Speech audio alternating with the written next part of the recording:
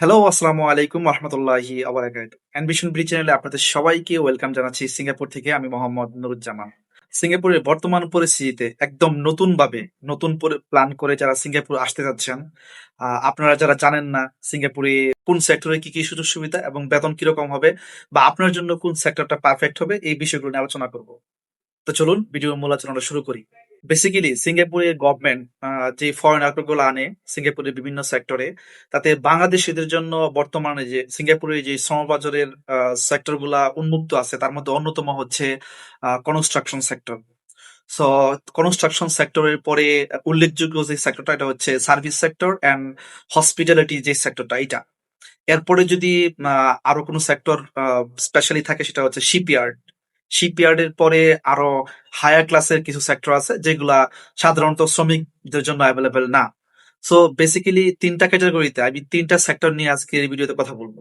আপনারা তো বুঝেনি যে কনস্ট্রাকশন সেক্টর মানে হচ্ছে যেগুলা বিল্ডিং নির্মাণ, শুধু বিল্ডিং না, সিঙ্গাপুরের রুট, তারপরে রাস্তাঘাট, ব্রিজ, সিঙ্গাপুরের বড় বড় যে স্থাপনাগুলা, আই মিন যেগুলা নির্মাণ কাজের সাথে জড়িত, এটাই মূলত কনস্ট্রাকশন, যেগুলা বিল্ডিং নির্মাণ যেটাকে আমরা বলি সহজ ভাষায়। সো কনস্ট্রাকশনে আমাদের সবচেয়ে জনপ্রিয় যে স্কিম এটা হচ্ছে স্কিল সেক্টর, আমরা কি যেটা স্কিল বলি, যদিও এটা স্কিল না, এসইসি, স্কিল এভ্যালুয়েশন সার্টিফিকেট। কনস্ট্রাকশনের আন্ডারে এস পাশে আসা যায়, কনস্ট্রাকশনের আন্ডারে পিসিএম এও আসা যায়, কনস্ট্রাকশনের আন্ডারে আনস্কিলেও আসা যায়। তবে সবচেয়ে ভালো এবং সুযোগ সুবিধা সম্পন্ন হচ্ছে স্কিল যে সেক্টরটা আমরা কি যেটা বলি এসইসি। সো আপনি সবভাবে কনস্ট্রাকশনে ঢুকতে পারবেন, কিন্তু যদি বলেন বেতন, কোম্পানি চেঞ্জ, সুযোগ সুবিধা, একটা অ্যাভারেজ এ টু জেড সুযোগ সুবিধা কোনটার, সেটাতে আমি বলবো হচ্ছে স্কিল যেই স্কিমটা এটা। সো স্কিল এভলিউশন প্রক্রিয়ার মাধ্যমে আপনারা দুইভাবেই কমপ্লিট করতে পারেন, এটা হচ্ছে বাংলাদেশ থেকে এবং সিঙ্গাপুর। বাংলাদেশ থেকে যদি আপনি স্কিল এভলিউশনটা কমপ্লিট করে আসেন, সেক্ষেত্রে তো আমার এই চ্যানেলে প্রক্রিয়াগুলো কি হবে বা কিভাবে আপনি প্রসেসিংটা করবেন এগুলো নিয়ে ভিডিও দেওয়া আছে, আপনারা চাইলে দেখতে পারেন। সো বেসিক্যালি যদি সুযোগ সুবিধা, কোম্পানি চেঞ্জ, বেতন, এই বিষয়গুলো নিয়ে যদি আপনাদের খুব বেশি কিউরিয়াস না থাকেন বা কনসার্ন থাকে আপনাদের, তাহলে আপনারা, আমি বলবো, যারা মোটামুটি লেখাপড়া সম্পন্ন, মানে অত বেশি লেখাপড়া করেন নাই, উচ্চ মাধ্যমিক মাধ্যমিক কমপ্লিট করছেন, এখন আপনারা সিঙ্গাপুরে হায়ার পজিশনে আসতে পারবেন না বা আপনাদের ওইরকম কোনো বাংলাদেশের কাজের এক্সপিরিয়েন্স নাই, তাহলে আমি বলবো আপনারা যেই স্কিল এভুলেশন সার্টিফিকেট, যেই সিঙ্গাপুরের স্কিমটা, আই মিন স্কিল সেক্টর, আপনারা এই কনস্ট্রাকশন আন্ডারে স্কিলে আসতে পারেন। সো কনস্ট্রাকশন আন্ডারে আপনারা আরো অন্যভাবে ভিসা প্রসেসিং করতে পারেন, পিসিএম, আনস্কিল বা এস পাস। সো ওগুলো নিয়ে প্রত্যেকটা প্রসেসিং এর আন্ডারে আমার এই চ্যানেলে অলরেডি ভিডিওগুলো দেওয়া আছে, আপনারা দেখে নেন। আজকে বিস্তারিত যদি বলতে যাই তাহলে ভিডিওটা অনেক লম্বা হয়ে যাব। সো সিঙ্গাপুরে কনস্ট্রাকশনের স্কিলে আপনারা যদি আসেন, তো সর্বনিম্ন $18 বেসিক, $18 থেকে স্টার্ট, প্রতিদিন 8 ঘন্টার জন্য। সো আপনারা $18 কে 8 ঘন্টা দিয়ে ভাগ করে এর সাথে 1.5 গুণ দিবেন ওভার টাইমের জন্য। সো মাসে 26 দিন কাউন্টিং করে আপনারা বেতনটা কাউন্টিং করতে পারেন যে কত টাকা বেতন আসতে পারে। এবং কনস্ট্রাকশনের স্কিলে আন্ডারে আসলে কি হবে, আপনি কোম্পানি যদি খারাপ হয় বা কাজ যদি পছন্দ না হয় বা আপনার কষ্ট হলে পরবর্তীতে আপনি মানে বিনা পয়সায় আপনি চেঞ্জ করতে পারবেন কোম্পানিগুলা। সুযোগ সুবিধা, বেতন, সব দিক অ্যাভারেজ মিলিয়ে আমার আজকের ভিডিওর প্রথম যে সেক্টরটা হচ্ছে কনস্ট্রাকশনের স্কিল। সো দ্বিতীয় যে সেক্টরটার কথা বলবো এটা হচ্ছে সিঙ্গাপুরের সার্ভিস অ্যান্ড হসপিটালিটি সেক্টর। এখন এই সার্ভিস এবং হসপিটালিটি সেক্টরের আন্ডারে অনেকগুলা মানে স্কিম আছে। আপনারা যদি সার্ভিস সেক্টরের কথা বলি, তাহলে ম্যানুফ্যাকচার, যে ইলেকট্রিক্যাল মেইনটেনেন্স অথবা ম্যানুফ্যাকচার আন্ডারে বিভিন্ন ওয়ার্কশপ, এই প্রত্যেকটা সেক্টরই পরে কিন্তু সার্ভিস সেক্টর। এবং হসপিটালিটির আন্ডারে যদি আমি বলি তাহলে আপনার আছে হোটেল ম্যানেজমেন্ট, হোটেলের বিভিন্ন কাজ, এবং অথবা রেস্টুরেন্ট অথবা আদার্স এই টাইপের যেগুলো, যেমন ক্লিনিং ভিসা।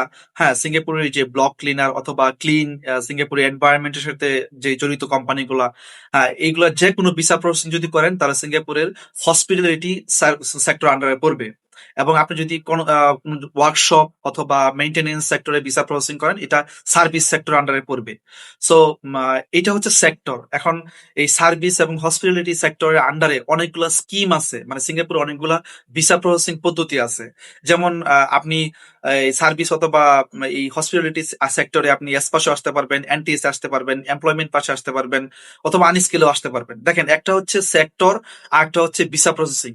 সার্ভিস এবং হসপিটালিটি সেক্টর আন্ডারে যদি আমি বলি, তাহলে আমার মতে বর্তমান প্রেক্ষাপটে সবচেয়ে ভালো হয় আপনাদের যে সার্ভিস এই সেক্টরটা।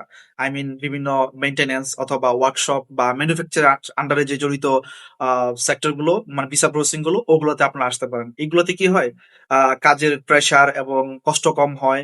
হ্যাঁ, বেতন মোটামুটি খারাপ না, ভালো আছে। তবে বিশেষ করে সার্ভিস সেক্টরে আপনি আসতে গেলে আপনার কিছু স্কিল লাগবে। হ্যাঁ, কাজের দক্ষতা লাগবে, মোটামুটি একটা লেখাপড়ার কোয়ালিফিকেশন আপনার লাগবে। আপনার যদি কোয়ালিফিকেশন ওরকম না থাকে, কিন্তু যদি আপনার ভালো কাজে দক্ষতা থাকে, আপনি আসতে পারেন। যেমন আমি যদি স্পেশালি উল্লেখ করি, মেইনটেনেন্স এর জন্য যদি আপনি ভালো ইলেকট্রিশিয়ান হয়ে থাকেন, অথবা আপনার যদি ভালো অটোমোবাইল ইন্ডাস্ট্রির ভালো দক্ষতা থাকে, অথবা বাংলাদেশে আপনি যে কোনো পার্টস ম্যানুফ্যাকচারিং এর সাথে আপনি অনেকদিন ধরে যদি জড়িত থেকে থাকেন, সেক্ষেত্রে আপনি সিঙ্গাপুরে ভালো ফ্যাসিলিটি পাবেন। তবে এই সার্ভিস সেক্টরে আপনার সিঙ্গাপুরের বাংলাদেশিদের জন্য ভিসা প্রসেসিং বা নিয়োগটা একটু কম। আর যদি আমি হসপিটালিটি সেক্টর আন্ডারে বলি, বিভিন্ন সিঙ্গাপুরের যে হোটেল ম্যানেজমেন্ট গুলো আছে, 5 স্টার, 4 স্টার, 3 স্টার যে হোটেল গুলো আছে, এই হোটেল গুলা মেনটেন্যান্স, ক্লিনিং, অথবা সিঙ্গাপুরের যে বাসা বাড়ি যে ব্লক ক্লিনিং যেটাকে বলা হয় আমরা, এরপরে যদি সিঙ্গাপুরের এনভায়রনমেন্টের সেক্টর সাথে জড়িত আরো যে কাজগুলো আছে, এই প্রত্যেকটা সেক্টরে আপনি আসতে পারেন। তবে এগুলোতে বেতন কম। যেমন এগুলোতে $600-700 অ্যাভারেজে বেতন পাওয়া যায় মাস শেষে। এখন অনেকের মুখে শুনে থাকবেন যে এইসব সেক্টরে ঢুকলে এক্সট্রা ইনকাম আছে, এইটা আছে, সেটা আছে। ভাই, এগুলো হচ্ছে ফাও কথা। ইনকাম সব সেক্টরে এক্সট্রা থাকতে পারে। আপনার যদি ওভারটাইম ভালো থাকে, রিজিক যদি প্রশস্ত হয়, আপনার যদি ভাগ্য ভালো থাকে, যে কোনো সেক্টরে আপনি ভালো ইনকাম করতে পারবেন। তবে আপনি যদি নতুন অবস্থায়, আপনি ওইসব কথা শুনবেন না। আপনি ধরে রাখবেন যে সিঙ্গাপুরের গভর্নমেন্ট আপনাকে কি কি অপরচুনিটি দিচ্ছে, আপনি শুধু ওইটা কাউন্টিং করবেন। তো এরপরে যে সেক্টরটা আমি বলবো, সেটা হচ্ছে সিঙ্গাপুরের অনেক পুরাতন একটা সেক্টর, এবং এখানে বাংলাদেশি শ্রমিকদের প্রচুর নিয়োগ হয়, সেটা হচ্ছে শিপইয়ার্ড সেক্টর। এখন সিপিআর সেক্টরে ভাই অনেক সীমাবদ্ধতা আছে, অনেক ঝামেলা আছে।